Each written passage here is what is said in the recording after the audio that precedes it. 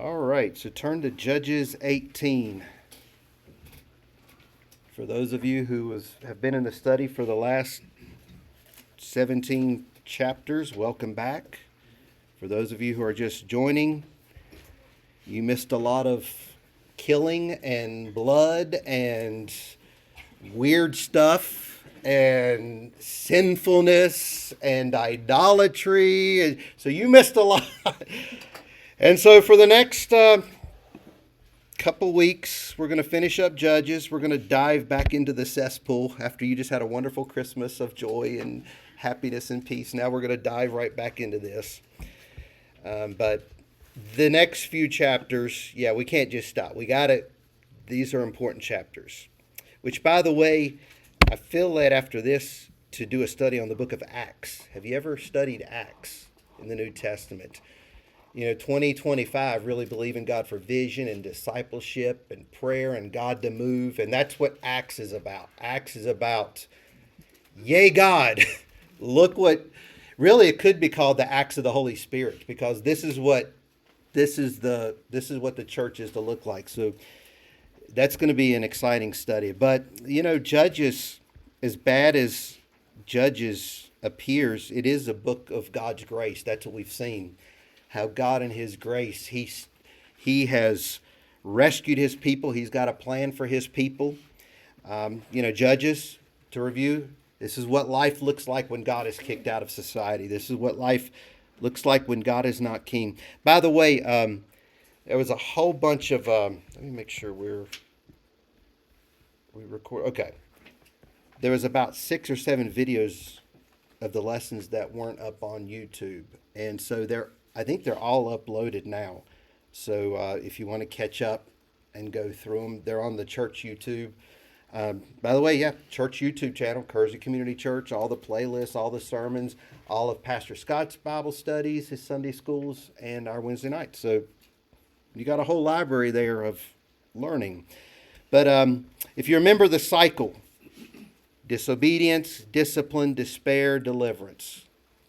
God would send a judge. They would obey for a while, but as soon as the judge died, then they would go back into idolatry. God would discipline. He would turn them over to the enemy. They'd cry out. He'd deliver them. Just cycle over and over and over again. But we saw last week, or last time we were here, which seems like a week ago, but has been last year. That's the last time we have been in chapter 17. The cycle has stopped. There's no more deliverance. There's no more rescue. There's no more crying out to God. It's as if God has just withdrawn his hand, because these people, the Israelites, they have turned from God. They have lost their conscience. There's chaos. There's confusion. I mean, we're coming down really to just a time of complete chaos. If you remember, and I'm sure this will refresh your memory, chapter 17, Micah. Micah is the guy who installs the silver idol in his house. Remember, his mother took the silver and created an idol and said, "Oh, we'll make this image and we'll dedicate it to God." So it's just crazy. And if you also remember, they brought a Levite into his house. Do you remember this? Does this trigger this nomad Levite priest who has no business being here has all of a sudden wandered up, and so Micah installs his own personal priest into the house, which is not good. This Levite is supposed to be in the tabernacle, is supposed to be in the house of God. And so chapter 17 is about Micah setting up idolatry in his house. Chapter 18, the tribe of Dan would set up idolatry in a city. So chapter 18, verse 1 says, "Now in those days Israel had no king." I mean, this is a central verse of the whole book. This describes the whole book. "And the tribe of Dan was trying to find a place where they could settle, for they had not yet moved into the land assigned to them when the land was divided among the tribes of Israel. So the men of Dan chose from their clans 5 capable warriors from the towns of Zoran and Eshtaol to scout out a land for them to settle in. When these warriors arrived in the hill country of Ephraim, they came to Micah's house. That's the guy from chapter 17, and spent the night there. So there's a couple different observations. Dan had not moved into the land that they were assigned by God, all the way back to Joshua. Remember when they came into the land and they were all assigned here? Dan did not step into the land and inhabit the land that God gave to them. So why do you think this is a bad idea what do you think this is a bad thing what Dan is doing? I mean, what is wrong about this? They're doing their own thing. Exactly. Instead of obeying God. Instead of obeying God. They're trying to find land that they have no business being in. They've got land. They've got their possession. They're outside of God's will. They're disobeying God. The reason they were looking for land in the first place is because they disobeyed God and failed to conquer the land that God had promised to give them. Yes, there were giants in the land, but God said, go take it. I'll be with you. So now what they're doing is, instead of trusting God, yes, it appeared difficult, but God's going to be with them. Instead of taking the assigned land, they try to take the easy way out. Oh, there were giants then. Now they're trying to find easy land, weak people, some land, easy land to conquer. So, I mean, this is just, it really shows their own weakness and their own lack of faith and trust in God. And so these warriors, these spies, happened to come to Micah's house. It's kind of reminiscent of the spies that entered into the land of Canaan when they first, or into this land, all the way back into when they were wandering in the wilderness. So they send spies that come to Micah's house. Okay, here we go. Verse 3.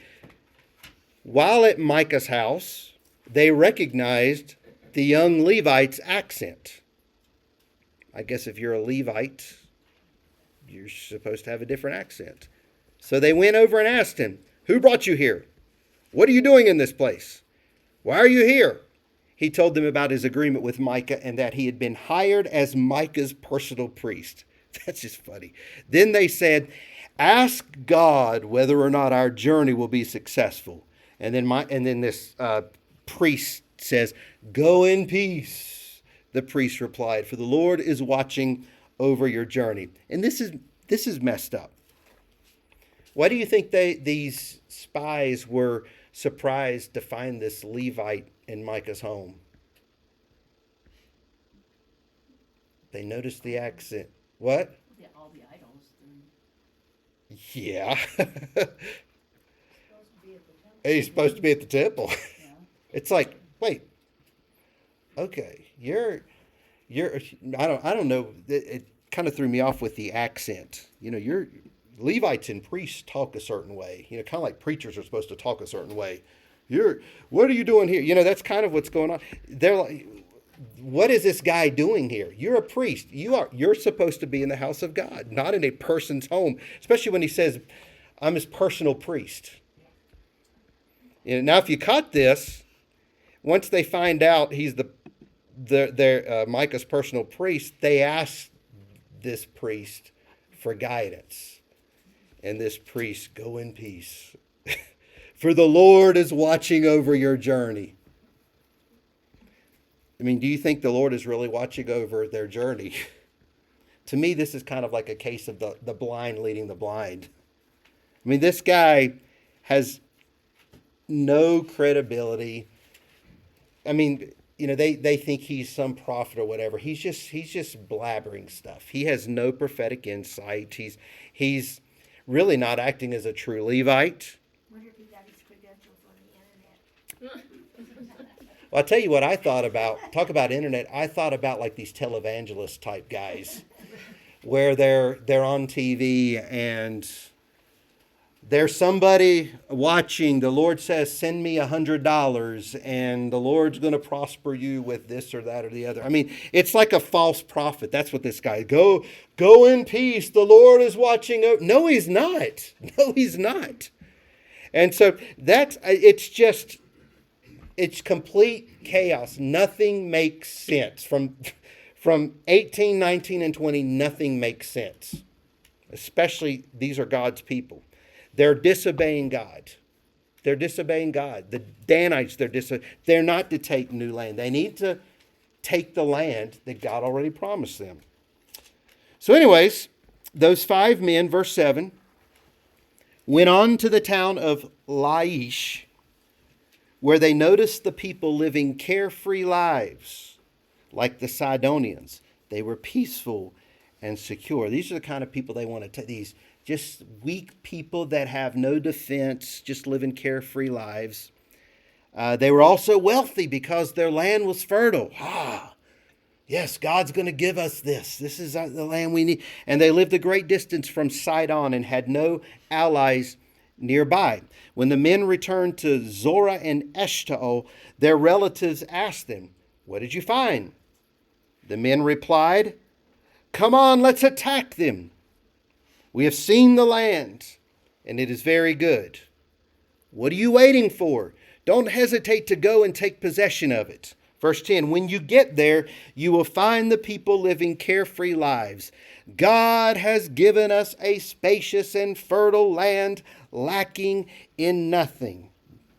No, he hasn't. Seriously, going back to the spies going into the land of Canaan, is this kind of a similar type story? Except this is like the antithesis to that story. The spies that went into the land of Canaan, they said it's a good fertile land, but there are giants there. Here, it's a good fertile land. Oh, it's going to be easy to take. But God's not in this. God's not in this. It embodies the principle that the grass is not always greener on the other side. Just because it looks good and might seem like it might be easy to acquire, doesn't mean God's always in it. So 600 men, verse 11.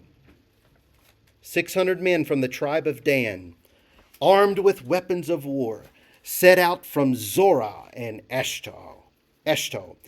They camped at a place west of Kiriath Jearim in Judah, which is called Mahane Dan to this day. Then they went on from there into the hill country of Ephraim, and they came to the house of Micah. So these 600 men. Just to reiterate, what are we learning about the tribe of Dan in these verses? What are some observations about this tribe? They thought they knew more than God. Yes, absolutely. Yep. They're taking advantage of the fertile wind. Yep. Taking advantage, knowing more than God. Absolutely. They want what's easy, not what's in God's will. Yep, just like I said, they think God had given them the land because it's fertile. The people are weak. Oh, since it's easy, God must be in it. Yeah. I think it's the other way around, really, though. God's in it. It's really hard. That's my next point. Yeah. That's exactly right. They're thinking, oh, this is easy. God must be in it. And I wrote, just because something's easy doesn't mean it's God's will. Just because a door opens doesn't mean it's God. The devil can open doors too. The devil can open doors too. If anything, like you mentioned, Terry, throughout Judges, throughout the entirety of the Bible, when we're following God, He usually doesn't take us on an easy path. It's usually not the easy path. Following in God's will, it's usually the hard path. Didn't Jesus say narrow is the way?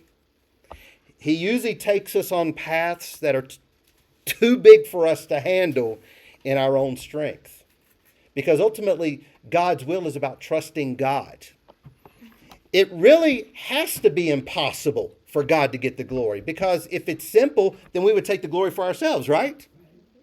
So that's why, I mean, look at the greatest victories of Israel. The greatest victories were when they were outnumbered, right? It's when they were outnumbered. Remember Gideon?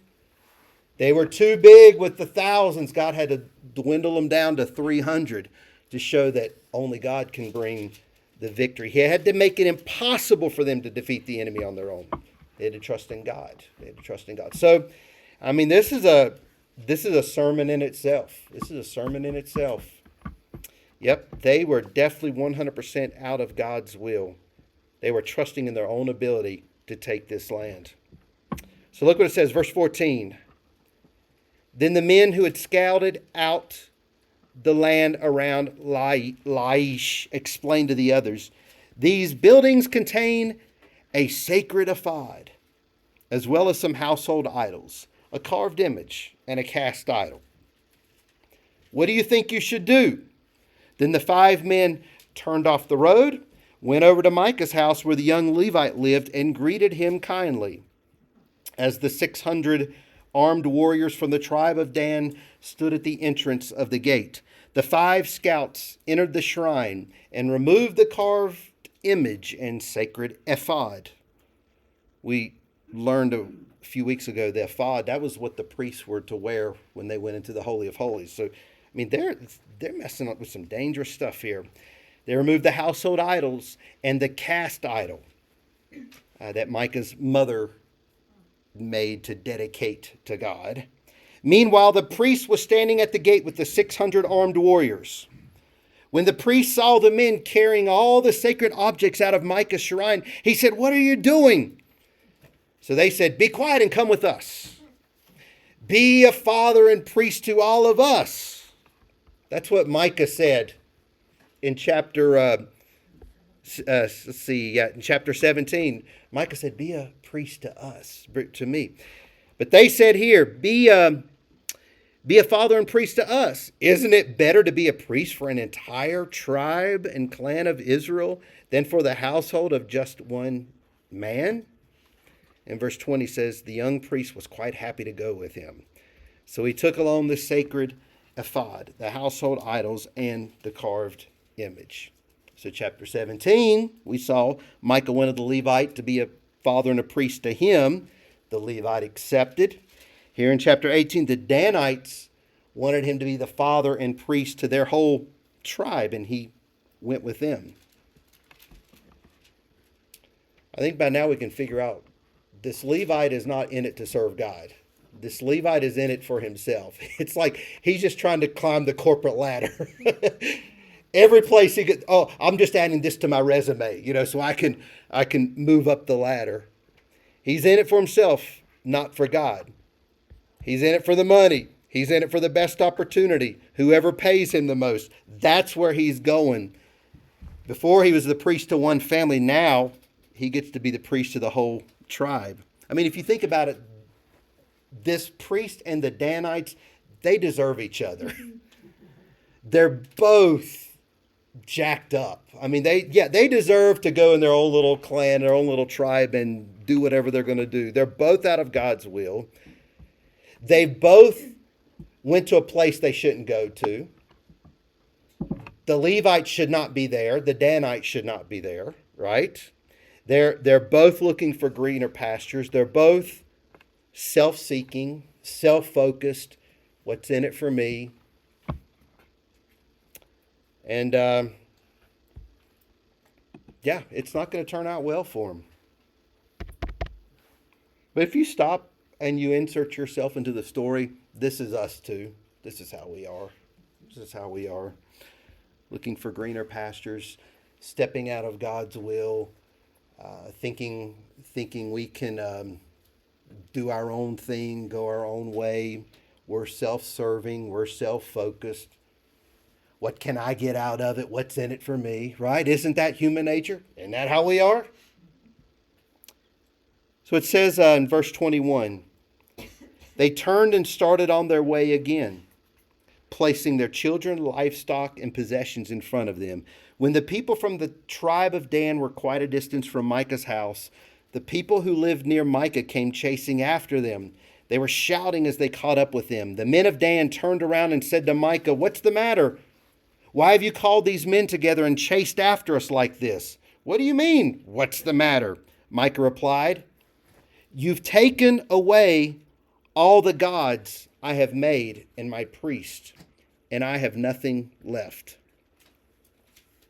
Now I want you to think about that.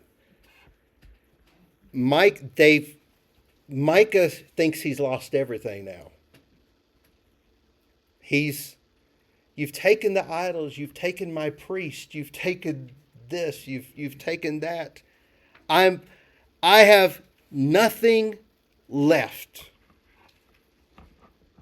The fact is, he reduced God down to things, down to these idols. He worshiped the things. He put his trust in a person, this fraudulent priest. So in his mind, when you lose the things, you're losing God. I have nothing left. When you live for things and you lose them, you feel like you've lost everything. If you're putting all your stock in the things. Tim Keller actually wrote, "Whatever we make into our God, money, power, relationships, or even a reduced man-made version of the biblical God, will not deliver." When you live for things and you lose them, you feel like you've lost everything. Aren't we guilty of living for things, worshiping things, reducing God down to things? That's how Micah felt. He tried to put God in a little box. You know, one of the things we talked about a few weeks back is how we can turn anything into a little idol. We were talking about some of the churches in Israel, how you go into these churches and there's like these shrines. Everywhere's a shrine. Here's a shrine, here's a shrine, here's a shrine, here's a shrine. It's like there's so much idolatry in these churches. Isn't it amazing how we turn even good things into idolatry? Even as church people, good things we turn into idolatry. We can turn this into idolatry. We can turn programs into idolatry. We can turn songs into idolatry. We can turn decor into idolatry. It's like we focus on the things. And then when we lose the things, we think we've lost God. You know, sometimes it's almost like, it might be kind of tough to do that, but I almost think it'd be a good thing if we just do a complete reset in church and start from nothing. You ever heard this song, "I'm coming back to the heart of worship"? That song was brought about because the church from England, Matt Redman, his church, they got so focused on the music and all of this, where basically the pastor went in, he basically sat down the worship team, the drums, everything, and they just sang a cappella. It's all about you. It's all about you. Maybe that's what we need, is just to get back to the simple things. Have we surrendered to God? Are we trying to manage and control God? When we realize that God is all we need, that's when we find true contentment. When God is all we need, that's when we find true contentment. So it said, verse 25, the men of Dan, they said, "Watch what you say.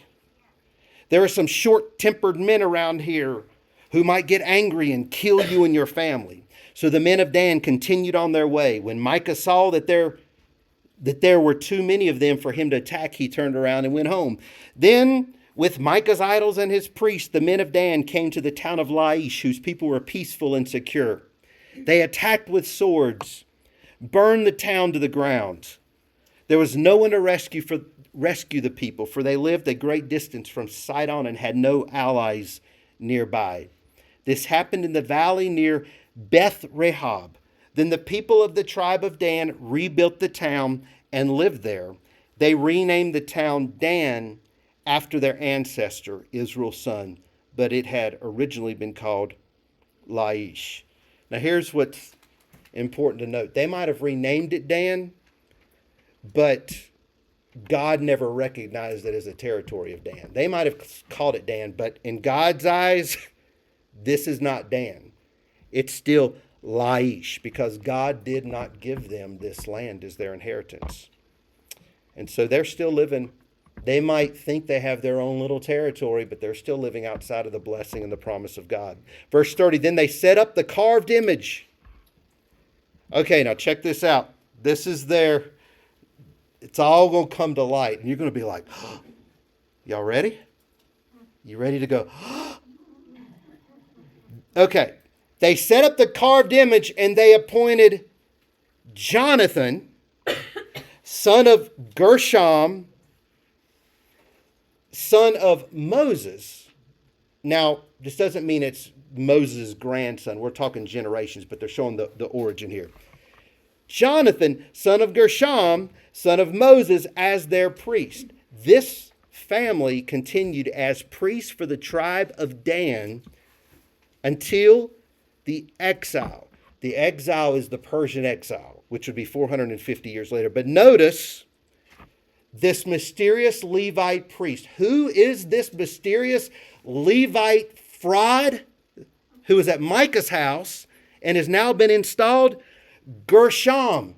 That's his name. Who is he a descendant of? Moses. That's how far they've come. A descendant of Moses. That's who this priest is. Gershom. And they would have this fraudulent priestly system set up in place all through the northern kings of Israel. Once the kingdom splits, all of those wicked kings, Ahab, all of that, all the way until the exile. That's pretty amazing to me. I mean, just look at how far they have come from Moses, the giver of the law, the one who established this priestly system and established these ordinances of God. So Micah's carved image, verse 31, Micah's carved image was worshipped by the tribe of Dan as long as the tabernacle of God remained. And so Shiloh is actually where the tabernacle was. That's where God's presence was. That's where the priests actually should be serving. Shiloh is where the Ark of the Covenant was. And so that's where they should be worshiping, but it just shows you how far they've come. The significance of this story is that Dan, you need to remember that name. Dan was the first tribe to officially adopt the idolatrous system, this idolatrous system of religion. This system that is antithetical to the worship of God alone. Remember, up until this generation, the Israelites, they did go after the idols, but they worshiped God as well. Here, they have completely abandoned God, and they have officially, this is the official religion of the tribe of Dan. This idolatrous system. As we close, here's just a couple other observations. When the kingdom was divided when Solomon died. And Jeroboam would become the king of the northern kingdom. Jeroboam in Dan would set up, I think it's 1 Kings 12, first or 2 Kings 12. Don't hold me to it. But Jeroboam would set up a golden calf in Dan. I don't know if maybe you remember this story, for the people to worship. I want to show you something because Michelle and I actually visited this place, visited Dan. It's beautiful, it's lush, there's forests, there's waterfalls. It sits right at the the bottom of Mount Hermon, so it's just the snow cap is just kind of like from the mountains how it comes, just beautiful, lush land. But in the midst of that, the remains of idolatry are still there. This is actually a sacrificial place of worship, not to God, but to idols. Dan was actually considered one of the high places. When you read in the Old Testament, the high places, that's the place of idolatry worship. And so, so interesting. What another amazing thing is behind that huge field behind there was some recent battles that took place. But here's what else I want to show you. Put up the next picture. This is the spot where the golden calf was erected, where Jeroboam erected the golden calf. And so they actually have this, I don't know if you can see the posts there, the poles there. That was the dimension of the golden calf. So it's kind of eerie, to think this is how far that Israel has gone. One moment you're up here looking at this. The next moment you're on the Temple Mounts looking where they worshiped God. But it just shows the dichotomy there. But that's the high place. This is the tribe. This is Dan. This is Dan.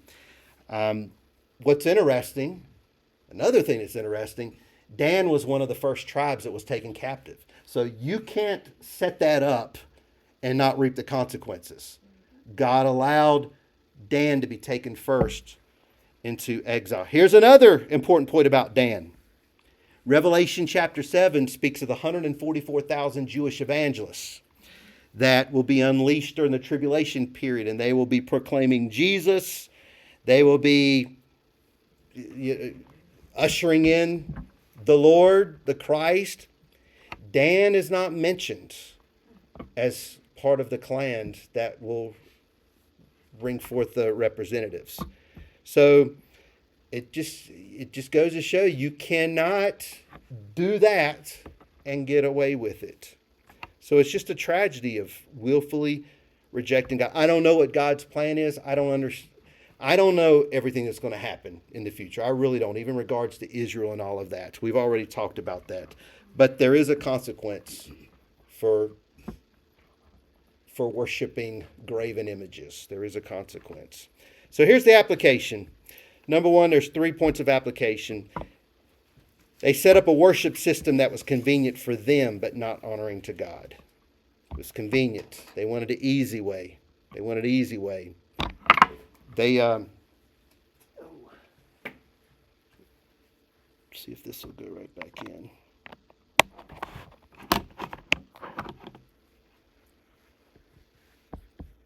We still going? All right. Okay. That's fine. They set up a worship system that was convenient for them, but not honoring to God. Point is, we need to have God in charge of every area of our life.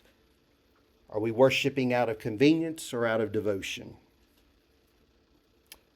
The next point of application, flourish in the place God has for you. Things could have been so much different for this tribe. Things could have been so much different if they would have just flourished. There's a psalm that says, I will grow and I will grow in the place where I'm planted. And the third application, get rid of the Gershoms. Get rid of the Gershoms, the false priest from being installed in our home. Jesus is our high priest. Jesus is the priest of our home. We worship God alone. We do not put people ahead of God. We do not put things ahead of God. We don't make people, places, things, articles. We don't worship them. We worship God alone. And Jesus is our high priest. And so that's chapter 18. That's chapter 18. The Danites shows their willful rejection of the will of God.